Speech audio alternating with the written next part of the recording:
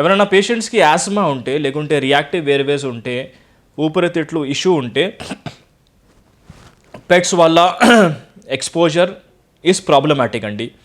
పెట్స్లో స్కిన్లో the for ఉంటుంది, కొన్ని dust particles ఉంటుంది, అది లోపట వెళ్తే మళ్ళీ ట్రిగర్ అవుతుంది, ఎయిర్వేస్ బ్లాక్ అవుతుంది, గాలిపోవడానికి కష్టం అవుతుంది, బ్రాంకో స్పాజమ్ అవుతుంది, వీజింగ్ అవుతుంది, దగ్గు ఆయాసం, అది మొత్తం ప్రాబ్లం స్టార్ట్ అవుతుంది. ఎలర్జీ వల్ల పేషెంట్స్కి మొత్తం కంపల్సరీ పెట్స్ అవాయిడ్ చేయాలి అంతే. If they have pets they should be out side the house, not inside the house. Most patients pets ఇంట్లోనే ఉంటుంది, బెడ్ మీద ఉంటుంది, దే స్లీప్ టుగెదర్, బ్లాంకెట్స్లోనే ఉంటుంది. That is a lot of problem.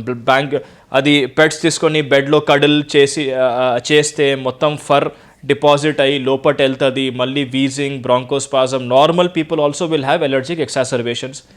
ఎవరైనాకి asthma ఉంటే, bad lung condition ఉంటే, smoking వల్ల patients, లేకుంటే allergic bronchitis, reactive bronchitis అట్లా ఏమైనా పేషెంట్స్ ఉంటే this is a very it is a very high risk for your lung health.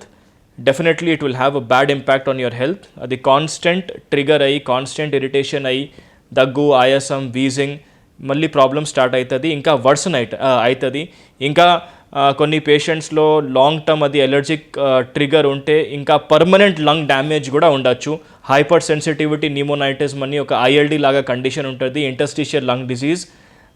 ఎక్కడ అది కండిషన్స్లో మొత్తం లంగ్ స్పంజ్ లాగా ఉంటుంది, అది మొత్తం గట్టిగా అవుతుంది, గాలి పోవడానికి కష్టమవుతుంది, గట్టిగా అవుతుంది.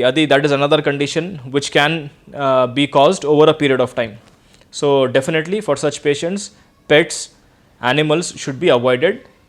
ఉంటే కూడా బయట పెట్టాలి, it should not be inside the house.